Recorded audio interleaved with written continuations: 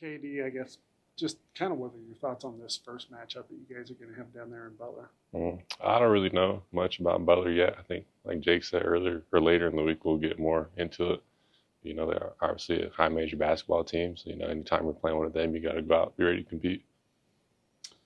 What just that opportunity to go out and to play one more time? I mean, we've heard that from Josh to a lot of the different players, but I think it speaks a lot about the togetherness of this group. But just kind of what are your thoughts about this group that you've been a part of this year and the opportunity to keep it going? I think it's a good group of good young men, a little bit some men in general. We got a few older guys, and I think it's a good group of good people. There's not many egos. There's not really things that or people that like kind of separate the team. So I just think it's a good group, and it's a good opportunity to be able to continue to grow my relationship with these guys. I asked Jake this, but how have you balanced, with everything going on, all the talk about the future and everything going on with the program, but how have you found balance over the last week or so? Yeah, really just, finding peace in life, whether that's just coming in, shooting quietly, play my music, not really have a goal in mind, just do that, or just go outside, go for a walk, because it does get stressful at this point when you're trying to figure out what the future is, but you got to take some time away and really step back so you can make the best decision going forward. And then, as you get into your prep for Butler, just where are you looking, I guess, in terms of how you want to finish the season? Where do you want to improve? What do you want to see from the group? For the team, we want to finish on top. We want to be the first people to ever win the crown.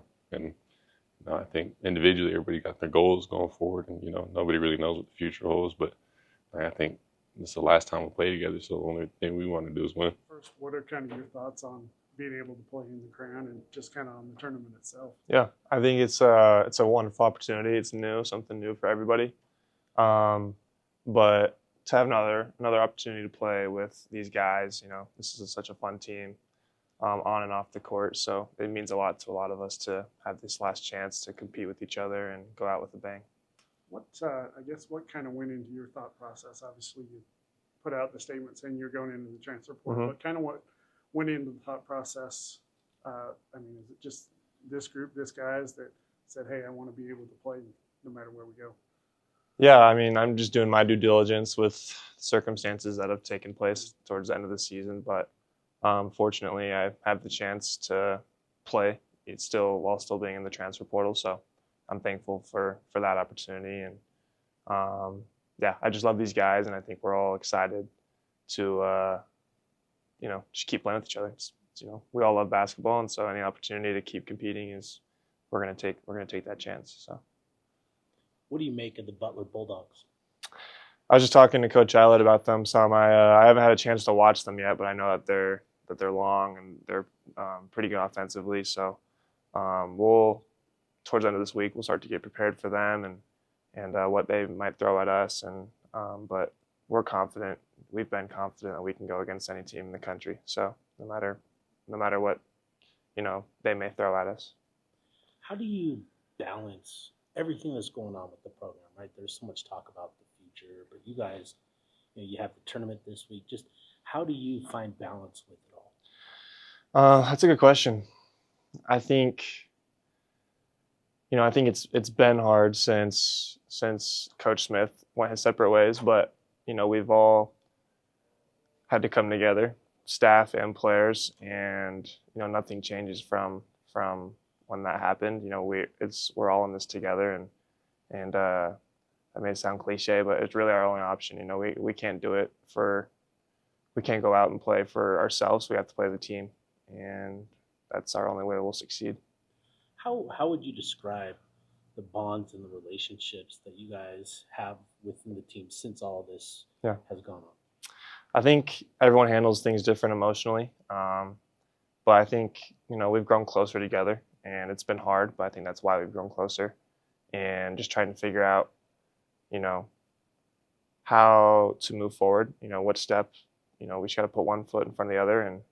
And no one knows what's really in store for them a year from now. No one knows where they'll be. And there's kind of the beauty behind that because we really only have the here and now just to focus on each other. So, obviously, this almost kind of feels more like a bowl week type of preparation Uh-huh. where you've got like 3 weeks between For sure. games. I mean, how do you kind of keep, I don't know, fresh or, just not from being so burnt out by practice or whatever? How Yeah. do you kind of approach that? I think, well, they gave us a week or so off after the Big 12 to get our legs back under us. So I think we're fresh, and you know, it's not like we haven't played any games for almost 2 weeks now. No, I guess it has been 2 weeks today. So I think we're fresh and ready to go, and we're just kind of, you know, trying to come together for this last little run here and make sure that we give it everything we have. Well, I mean, considering the Big 12 schedule, you play, 20 games in 10 weeks. It really takes a huge toll on your body. So knowing you got 3 weeks off between games, the first and foremost was getting healthy. Some of those nagging injuries and that wear and tear on your body. The best thing that we could do is probably give them that first week off, put the ball down for a while and get mentally focused.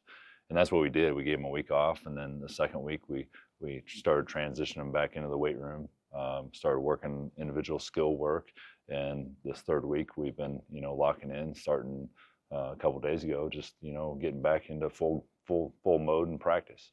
So there's a little bit of rust yesterday, certainly to be expected, but I think we got some fresh bodies and fresh minds, and looking at starting to prepare for Butler here in the next coming days.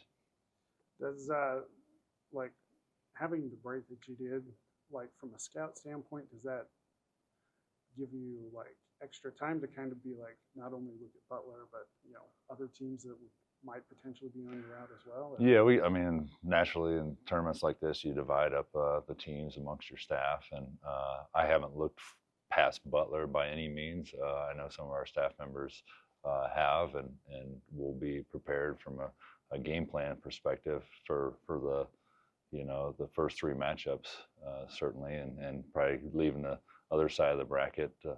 Several of those teams we've played during the course of the season, with three Big 12 schools being on the other side of the bracket. So, no, we've had plenty of time, and we're using the time wisely to stay connected, and which in the situation we're in, everybody's kind of in the portal. So, I'll give a lot of credit to our staff and our players for staying focused and locked into what we got going on. How have you helped the players, the staff, kind of navigate the last couple weeks with everything that's going on with the program? Like I tell them, it's like the best job you have is the job you have. Don't get the cart before the horse. Take care of the business you have, and I think that's resonated with them. You get 2 feet out the door, and you're focused on something else, you're not going to be doing a very good job, and doing yourself a service. You're doing yourself a disservice. So I think these guys have been very professional about how they've handled it, and even to their credit, some of the guys, they're in the portal, but they're still locked into what we have going on right now, and I think that's the best of both worlds. It's given the situation, they can still contact and be contacted by other schools. They can certainly have not closed the door on the University of Utah, and so they're able to have that freedom to look at other options while still competing and representing the University of Utah. Excuse me. Just kind of what are your thoughts on the college of basketball crown being not only like an alternative to the NIT, but just having it there as another avenue for some of these guys to be able to play?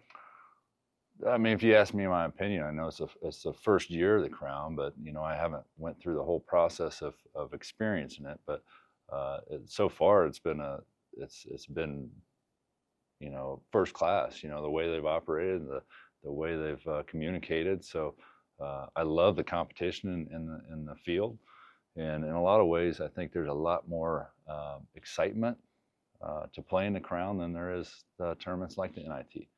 Especially with the reward on the back end of it, if you can get hot and win some games. So there's a lot of excitement around it, and I think that you can see that with our players. I mean, speaking about the reward on the end of it, I think there was a Sports Business Journal story that came out today that talked about the money side of that. But I mean, you've been in this business for a couple decades now. Do you kind of see, especially with the NIL being such a big thing in this game nowadays, that being more the future, more the norm, having opportunities like that for these guys? Or?